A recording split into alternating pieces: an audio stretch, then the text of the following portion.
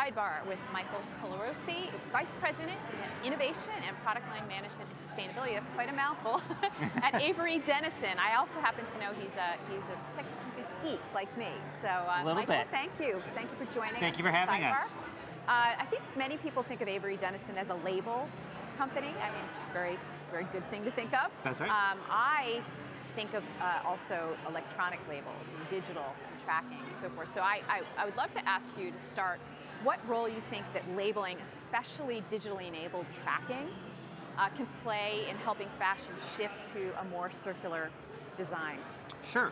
So Avery Dennison is an intelligent label company as well as a labeling company. And so we believe that fundamentally every product that a consumer will touch at some point in time will have an intelligent label attached to it. And that will mean it has a unique ID. It will almost be born digital. As a result of that, you'll be able to do really whatever your imagination brings up when it comes to engagement.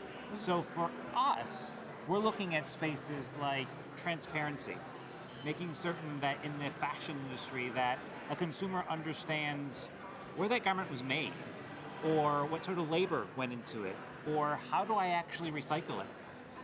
And so by creating intelligence in the labeling solution, we think that there's lots of different interesting ways to enable circularity, as well as incorporate circularity into our own solutions. What does one of these labels look like? I mean, and where does it get placed onto the garment? So it can look and feel really any way that a brand chooses. And that's one of the things that we do. We work very closely with our brand partners to design something that works for them and for their consumers. So it could be as simple as that care and content label that is sewn into the side seam of a garment that provides wash instructions. It could be a tag that gives pricing information. It could be incorporated into the garment itself if you chose to. So really, we have different technologies to attach it to a product.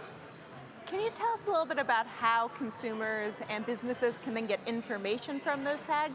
And maybe an example of some information that would be helpful to the business or the consumer? Sure.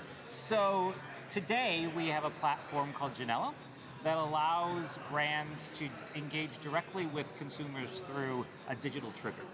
So imagine taking your phone and scanning a label on that garment. And then the brand or the retailer can have whatever information they choose to push to a consumer. It'll obviously be opt-in for privacy reasons, but if you want to send information regarding an offer, you can do that. If you want to talk about where the garment was made, you can tell a story about that. If you want to create a loyalty program, you can do that. We think that there's also an element around providing transparency and actually helping consumers identify what went into my garment, and oh, by the way, where could I actually go and recycle this or return it, or potentially even resell it. How does that information, you mentioned the opt-in nature of it, and that was going to be one of my questions, like what if I don't want people to know what I'm doing with this garment? Or I don't want that information, I don't want the brand to have that information. How does that information get imbued or embedded into a system?